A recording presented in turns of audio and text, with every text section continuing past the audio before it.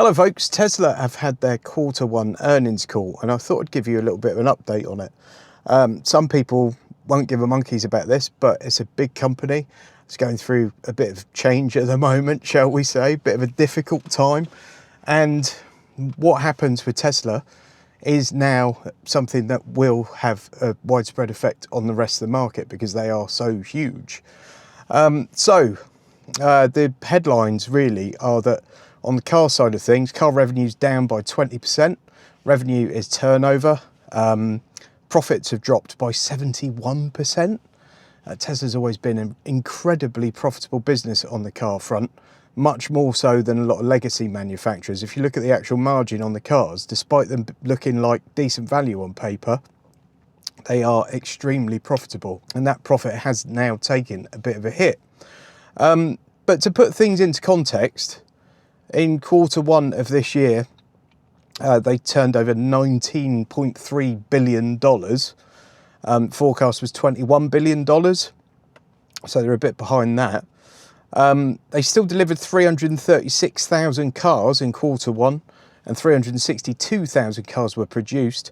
And to compare that to Q1 of last year, they delivered 386,000 cars. So pretty much 50,000 cars difference. Now, on the energy storage side of things, they deployed 10.4 gigawatt hours of energy storage. If you don't know, they produce, obviously, battery storage for people's homes. They also do massive battery storage at an industrial level. And yeah, 10.4 gigawatts deployed. That's a record quarter for them on that side of the business.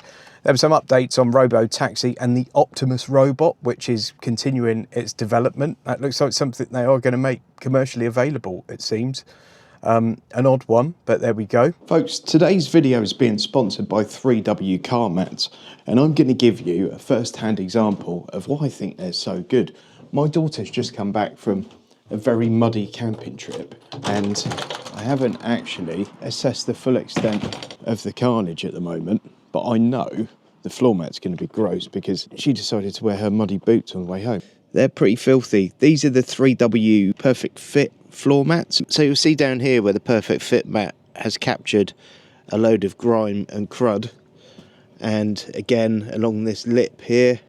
But let's see how easy this thing is to clean. I'm not going to use any special products. I'm going to use a bit of fairy liquid and some water. And just look at the carpet underneath. Absolutely perfect, thanks to that Perfect Fit. So here we go. Here's the extent of the filth. I'm just going to give that a quick once over and use a bit of water. I'm just carrying the water in the kettle. It's not boiling hot.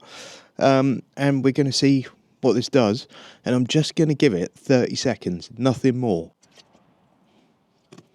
In fact, at first, I'm not even going to use the fairy.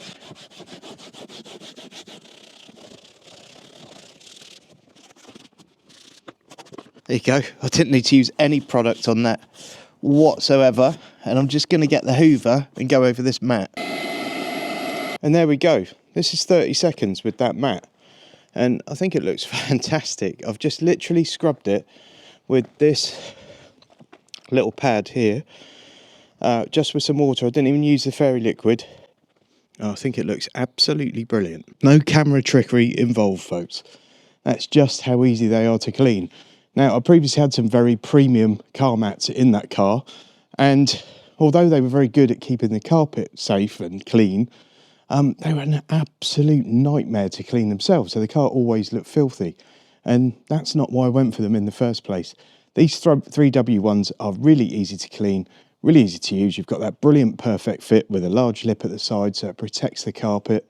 If you'd like to get hold of some, there's an affiliate link in the video description with a discount code. That takes you straight to the 3W website itself. If you'd rather get them from Amazon, there's also an Amazon link with a discount code for that. It just works slightly differently. Popping both of those up on the screen for you, and they're both in the video description. And a massive thanks to 3W for sponsoring today's video. One of the biggest bits of news from this though, and something that seems to have reassured the stock market a bit when it comes to Tesla, is that Elon Musk acknowledged that there's been blowback from his work with DOGE, the Department of Government Efficiency in the US government. And he said that he's going to be spending much less time in Washington and refocusing on Tesla. And that's something the market wanted to hear. How do I know the market wanted to hear it? Well, after this call, Tesla stock rose by 9%. They also touched on new, more affordable models. Obviously, this has been talked about for quite a long time. People have been talking about the Model Q or the Model 2. And it could be this, or it could just be a more basic version of something like the Model Y and the Model 3.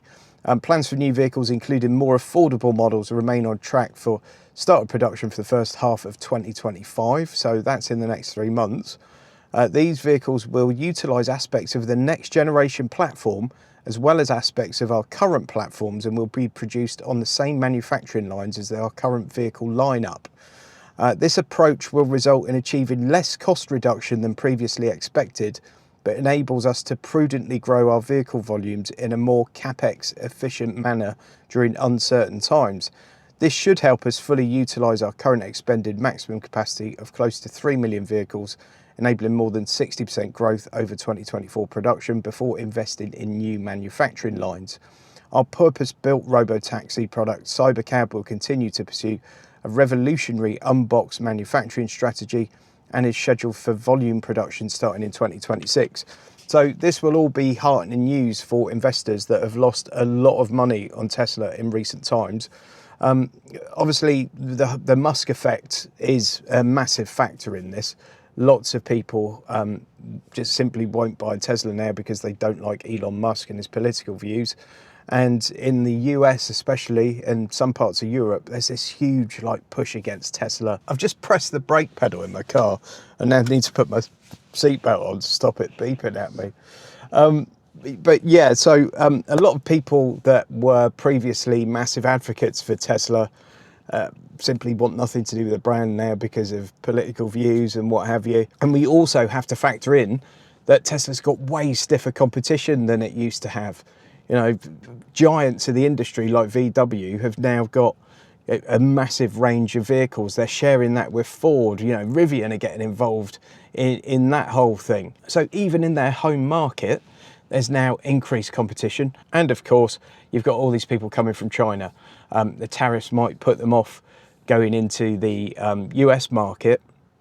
But of course, they are taking market share away from Tesla and legacy manufacturers in other parts of the world. But it was an interesting call, especially as Musk acknowledged that his political involvement had been to the detriment of Tesla. I think it's probably something he had to do. He's not a majority shareholder of the business.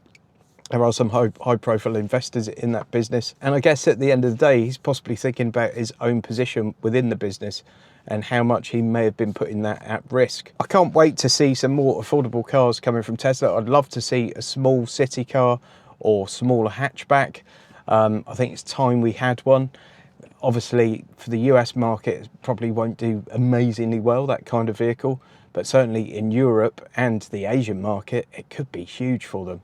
Hope you've enjoyed this one, folks. Thanks again to 3W Floorliners for sponsoring today's video. The links are in the video description. Please give this one a thumbs up. Please subscribe to the channel, and I'll see you on the next one.